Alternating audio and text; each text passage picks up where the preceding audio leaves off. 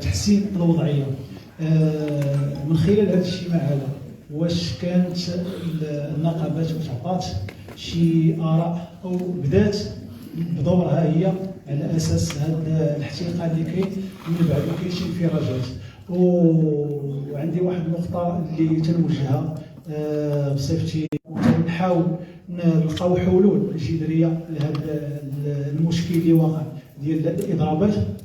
هو نتمنى من الاساتذه هو يلقاو من هنايا القدام من خلال تحسين الوضعيه ديالهم، وحنايا راه معاهم بطبيعه الحال، الا انهم يلقاو او يحاولوا يلقاو شي طرق من غير هاد الاضرابات، لان بكل صراحه ما نبغيوهمش يستعملوا وليداتنا كدروع من اجل التحقيق ديال المطالب ديالهم. وشكرا.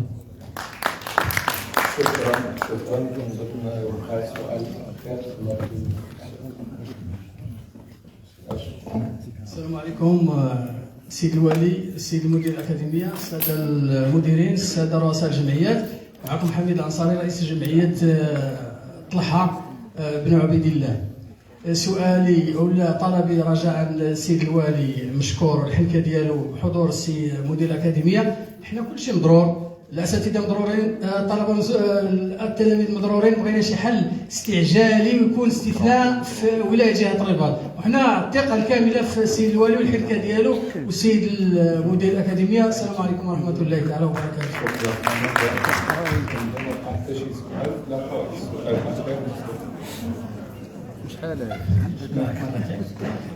حسن العساك مدير تناقصات الكريمه الخطابي. تحية السيد الوالي، السيد مدير الأكاديمية والسيد المدير الديني. السؤال اللي مطروح هو كنتكلموا على المدارس خصهم يرجعوا للمدرسة، ولكن السؤال اللي قبل منه هو كيفاش نرجعوا للأساتذة بدل الأقسام.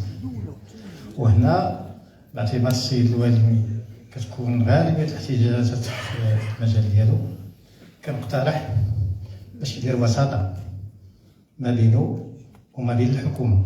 علاش؟ لان اللي كيحتاج الان هما التنسيقيات بشكل كبير بزاف، واللي كيتحاوروا هما النقابات. ولذلك هذا اللقاء اللي دار معنا الان ما كرهتش ان السيد الوالي يشوف منتدى بين التنسيقيات باش على الاقل يسمع المطالب ديالهم. نحن واخا تنبغيو نتكلموا الان كيرفضوا جميع الحوارات، ولذلك نعرفوا هذه المطالب وكتجمع وكترفع ايضا السيد رئيس الحكومه باش يمكن على الاقل يعرفوا بان راه الناس حاسه بهم.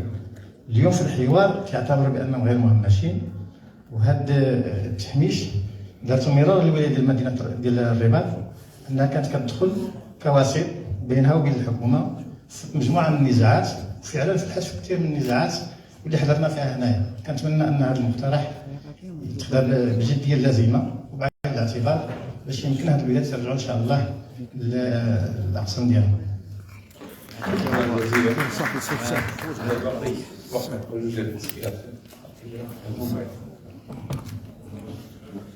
بسم الله الرحمن الرحيم، والصلاة والسلام على أشرف المخلوقين.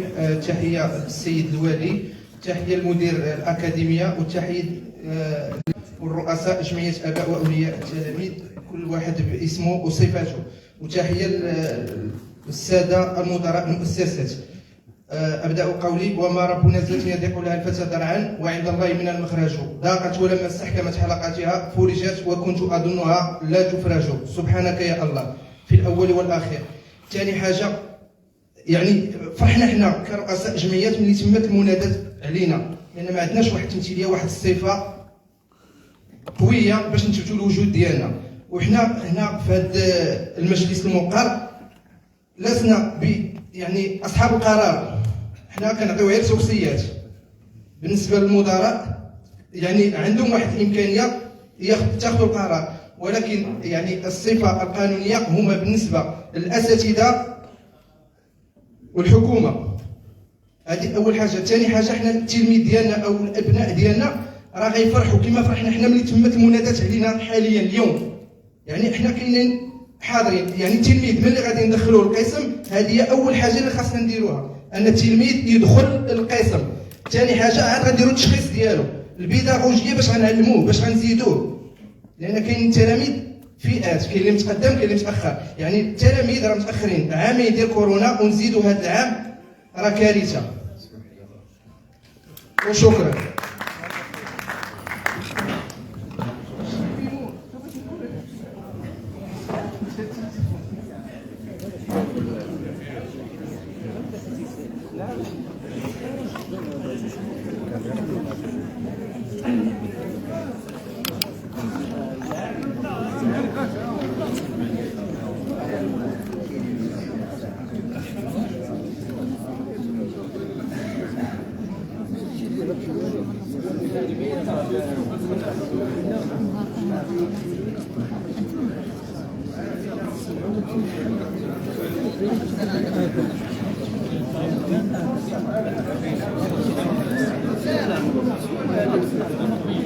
شنو الحاج غير باش غير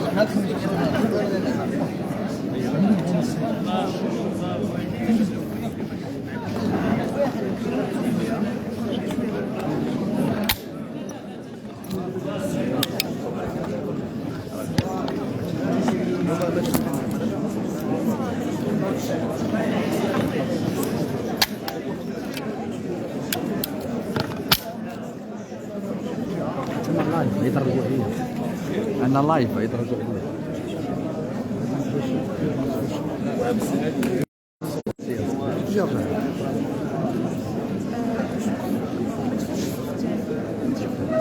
أنا جماعة أنا لا بقى منصور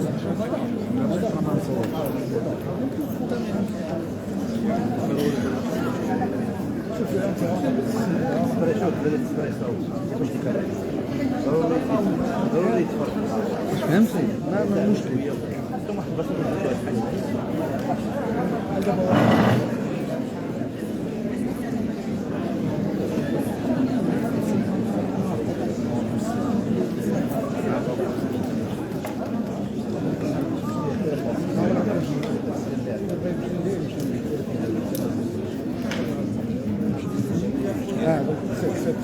صافي شدنا والله الا قال بصراحه جات السيده عماتو قالت مزيان اش بغات تقول واش ساعه انا مواطن انا مواطن انا ما مدير والو والله الا ما مدير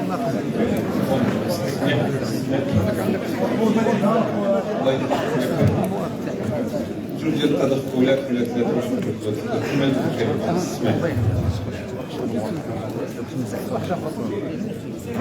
المتطلبات ديالنا واقتراحات السيد الوالي هو دخول التلميذ. هذا لا يعني ما غنهضرش عليه. ثاني حاجه ملي غيدخل التلميذ عنده التشخيص ديالو، يعني شنو الدعم ولا الطريقه ديال الاستفاده اللي غيستافد منها. وتكافؤ الفرص هي المطلب الثاني. وشكرا.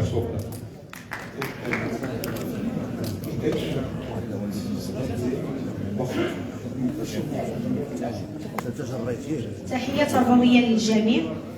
معكم حنان سقاي رئيسة جمعية الآباء ثانوية لالا كنزة الإعدادية وثانوية لالا نزهة التأهيلية.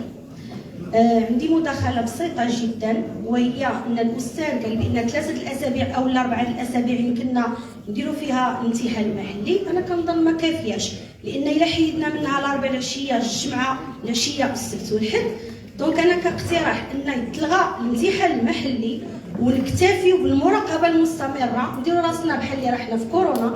هذه اولا. وثانيا ان هذاك التلميذ اللي كنهضروا عليه نسينا بان هذاك التلميذ عندنا حنا تلميذ اللي هما عندنا 3 الاصناف، كاين الابتدائي وكاين الاعدادي وكاين الثانوي. الابتدائي الا قلتي له دخل راه كيدخل من غدا. الاعدادي والثانوي اين هو التلميذ؟ اين هو التلميذ؟ لانه ولا في هذا الاضراب ولا في هذا يعني ما بقاش هو براسو التلميذ. على حساب اننا كنتواصلوا معاهم انهم يدخلوا في واحد المرحله ديال الاكتئاب، لان هذا الاضراب طول بزاف. وكنتمناو ان من مور العطله تكون شي مبادره ان التلميذ من مور العطله نديروا هذه العطله انه يرتاح فيها، ومن بعد العطله انه يدخل مباشره للدراسه ديالو. لان الا ما دخلش مباشره للدراسه ديالو غادي نوليو نبحثوا على التلميذ ما غاديش نلقاوه. وشكرا. مع الاسف.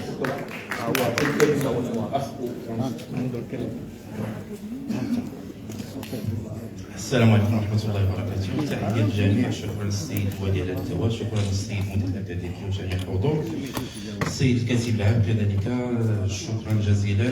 المداخلة ديالي ربما غتكون في جانب آخر اللي ما شارولهاش الجميع، هو واحد الجانب النفسي والاضطرابات النفسية اللي ممكن غادي نطيحوا فيها.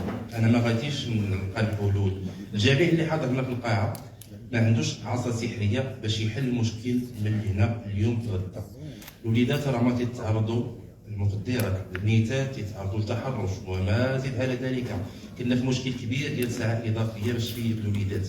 دابا اليوم ولينا نفيقوا الولد في واحد الوقيته غنقولوا لا ما تنوضش، رجاء حيت المغاربه الاحرار معروفين في وقيته ديال الشدائد وقيته الكوارث.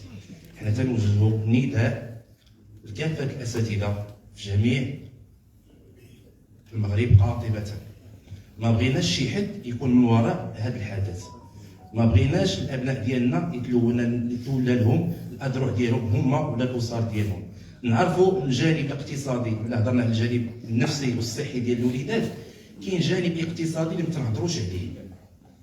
هذاك اللي تيجي من المدرسه العموميه اغلبه ضرب معاشو، تيحط ولده في المدرسه استاذي وتيمشي يجيب وليداتو ما ياكلوا ما يتغداو ما يتعشاو، لان الا بقى جالس معاه في الدار غيطيح في ازمه اقتصاديه بحال اللي طحنا فيها في كورونا. فهذا توسل ورجاء جميع المغاربه الاحرار اساتذه واستاذات انهم يرجعوا للصواب ديالهم ويلقاو حلول بديله للاضرابات، ولكن تستمر الدراسه. عندنا ابناء اخرين اللي ما تكلمناش عليهم كذلك نهتموا بهم، هما الاطفال اللي في وضعيه اعاقه واللي تيخصهم التكييف تيخصهم المرافق وعندهم التوحد الى غير ذلك. كذلك الوضعيه النفسيه ديالهم الصحيه تتفاقم، ولا وصلنا لواحد الكارثه اللي هي اخرى نفسيه واقتصاديه الاسر، فراه غادي نوصلوا شي حوايج لا يحمد عقباها. فرجاء ثم رجاء ايجاد حلول، ولو التوسل ولو ايجاد حلول بديله. فما غنطولش، نتمنى الرساله تكون واصله، والسلام عليكم ورحمه الله.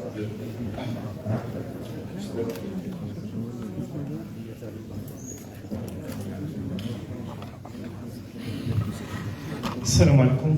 المحتوى الخضري مقاطعة يعقوب منصور، رئيس جمعية أمهات وآباء ثانوية التعليم الطبي التحليلية.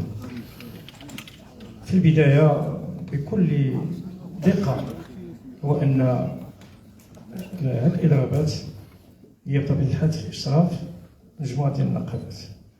والحوار الأخير اللي كنطلب كرئيس جمعية هو تفعيل مضامين الحوار اللي حنا توصلنا مجموعه ديال الاتفاق اللي اتفقوا به النقابات مع المجلس الوزاري. كنظن وصلت للعموم. حنا اليوم كنشوفوا بان ذاك الحوار انه خرجت النتيجه كاينه، وحنا رابطين امل كبير.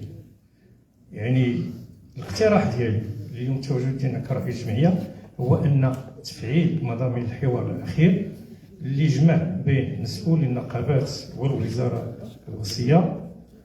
والنقطه الثانيه كذلك هو استمرار الحوار في هذه النقط اللي هي موضوع النقاش. وشكرا. الو، بسم الله الرحمن الرحيم، والصلاه والسلام على مولانا رسول الله محمد ونيف، مدير اعداديات سيدي مدني الحسني يعقوب المنصور. كنشكر السيد الوالي على هذه الدعوه اللي دعتي للساده المديرين وكذلك جمعيه الاباء، كذلك السيد مدير الاكاديميه والاخ الكاتب العام، وكذلك السيد المدير الاقليمي ديال مديريه الرباط. كلنا نتالم هذه الوضعيه اللي كنعيشوها حاليا. كنتمناو اننا الابناء ديالنا يرجعوا في اقرب وقت للمؤسسات التعليميه باش يستنفوا الدراسه ديالهم ويتحل هذا المشكل اللي كنعيشوه في المنظومه. بالنسبه للحلول اللي كنقترحوها، كانت عندنا تجربه مثلا في التعاقد، ان كانت وسطاء مثلا واحد الفريق برلماني اللي توسط في المساله ديال التعاقد وقع حلول. كنا كنتمناو مثلا في هذه الازمه هذه ان عندنا فروق برلمانيه وعندنا مثلا المجلس الاعلى للتعليم والى ما غير ذلك من الوسطاء اللي انهم يستدعيوا مثلا هذه التنسيقيات ويجلسوا معهم ومن خلالهم يوصلوا المطالب ديالهم للوزاره ربما لانهم كيحسوا انهم مهمشين وانهم غير مستدعين للحوار الى ما غير ذلك.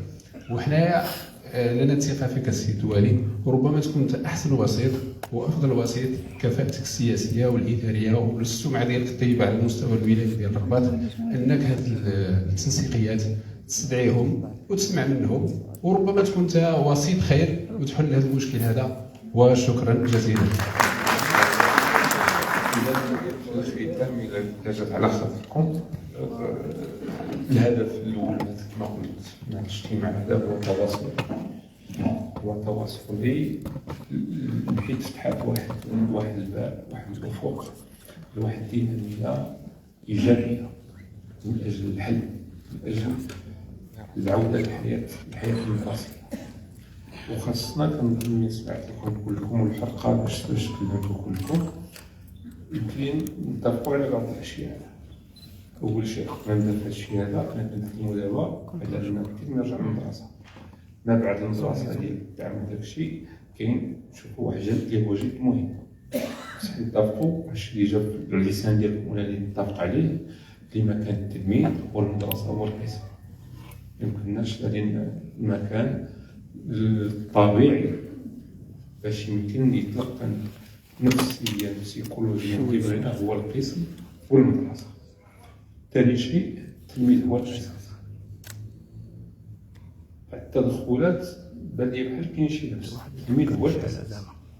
تكلمتوا على الحق ديال الأستاذ، الحق ديال التلميذ الأستاذ، ديال المدير، الحق ديال المجتمع، الحق ديال البلاد. كاين حق، ما يمكنش يكون واحد الحق الا كان شي حق غيطغى على كل شيء. هو حق التلميذ. يمكننا حنا كنا نقوموا بالتضحيه من اجل التلميذ. ما يمكنش، ما كنظنش شي واحد يمكن ليه يختلف على هذه القضيه. بصح الحق الاسمى هو حق التلميذ بطبيعه الحال. راه كنعطي الحق للاستاذ من اجل التلميذ، ما كنعطيش حيت استاذ، حيت كيقرر ليا الولاد ديالي. دونك هذه القضيه الله يجزيكم خير ما نساوهاش. ثالث شيء، رابع شيء، انا واحد المساله يمكن بعض منكم ما يبغيهاش. حنا كنا مسؤولين، حيت